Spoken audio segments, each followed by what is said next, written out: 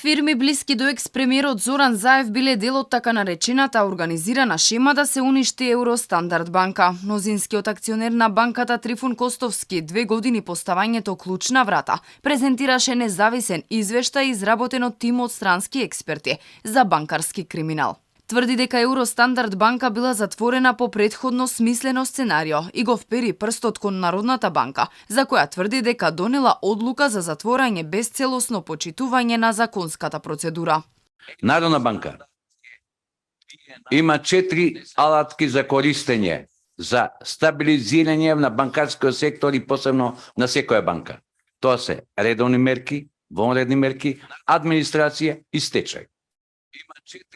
Таа ја користи првата алатка, редовни мерки, делимично втората алатка, вонредни мерки, меѓутоа во ниту еден момент не одзема лиценца на ниту еден член од надзорен одбор, управен одбор, па дури директор на сектор во банката.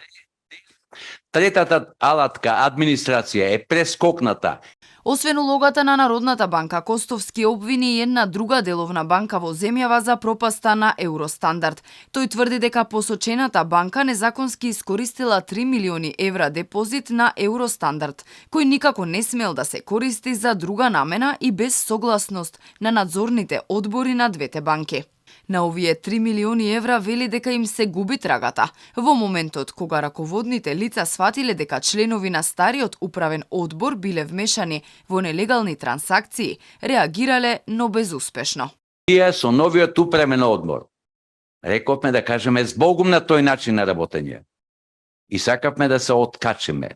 Оној момент на откачување, кога почнавме да трагаме по парите, каде се парите завршени, тогаш е донесена одлуката од таа сива еминенција која денеска влади со Македонија. Од Народната банка изразија сериозна загриженост, реагираат дека информациите што денеска ги изнесе Костовски се неточни и предупредуваат дека ваквото според нив неодговорно однесување, поттикнато од лични интереси и приватни побуди, може да внесе немир и непотребно и неосновано да предизвика штета на финансиските институции во земјата, а со тоа и на економските субјекти и граѓаните. Монетарната власт тврди дека нејзините контроли низ годините детектирале низа слабости и пропусти во работењето на Евростандард банка. Започнувајќи од 2013 година па се до 2020 година, Народната банка во врска со констатираното на Евростандард банка АД Скопје и изрече вкупно 30 правни акти, во кои беа содржани околу 120 различни мерки за подобрување на состојбата на банката. Народната банка нема да дозволи ниту една банка да продолжи да работи без исполнување на минималните законски услови, со што ја штити стабилноста на целиот банкарски и финансиски систем. Од тука во услови на непостапување подадените мерки, а имајќи ја предвид стапката на адекватност на капиталот и состојбата во банката, Народната банка согласно законот за банките ја одзеде дозволата за работа на банката. Речиси 2 децении и најмалку 7 банки во земјава разработиле шема за фиктивно кредитирање на фирми со цел перење пари.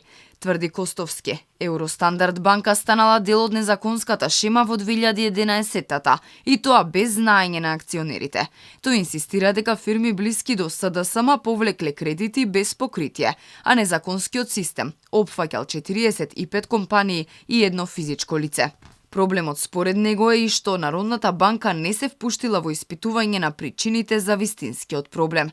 Целта на презентираниот извештај била властите соодветно да го истражат случајот и да реагираат за да го санкционираат, како што посочи криминалот кој постои во банкарскиот сектор.